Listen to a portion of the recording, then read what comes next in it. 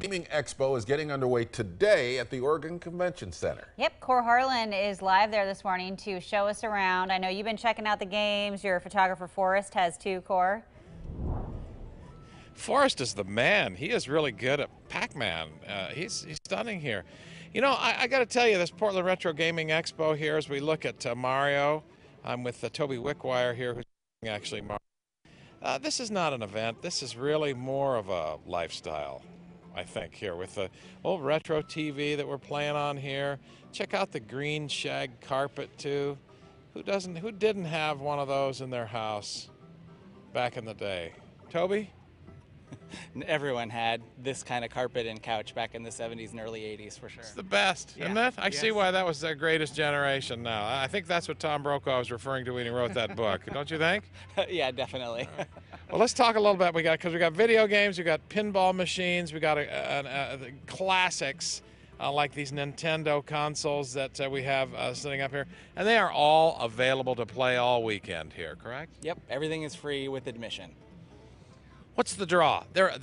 Your partner told me last time that there are the absolute numbers of pinball machines and console games more in Portland than any other city in the country. And I said per capita, right? He goes, no, on an absolute basis, more machines, more games, more anything than any city in the world.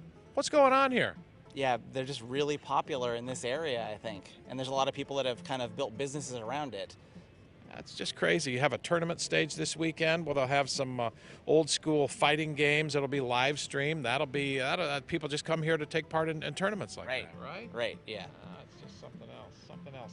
Let's talk a little bit too about the vendors here, because they're a big part of this show. The vendors and selling the consoles and selling the cartridges, right? Right. So there are going to be probably a couple hundred vendors selling old video games and other video game related items. So if you have a gap in your playlist, your cartridge list, you can come here, buy an old cartridge, plug it into a console, and there is an expanded console area that you can actually plug your cartridge into and play the game while you're here, right? Sure. Yeah, people test out games that they're looking to buy sometimes. That's really cool. We showed you some of the pinball machines. I just wanted to sit here at this green. What do you call this area, by the way? Anyway, the retro living room. It is that. It is that. And the last time I tried, Ken, to do something on a TV that said vertical hold, we talked about that last half hour. You remember screwing around with that, trying to get the picture to stay straight, and when it kept rolling on you, you go up and hit the side of the TV. That's what I did anyway, and it usually worked pretty good late at night. So I don't know what to tell you about that.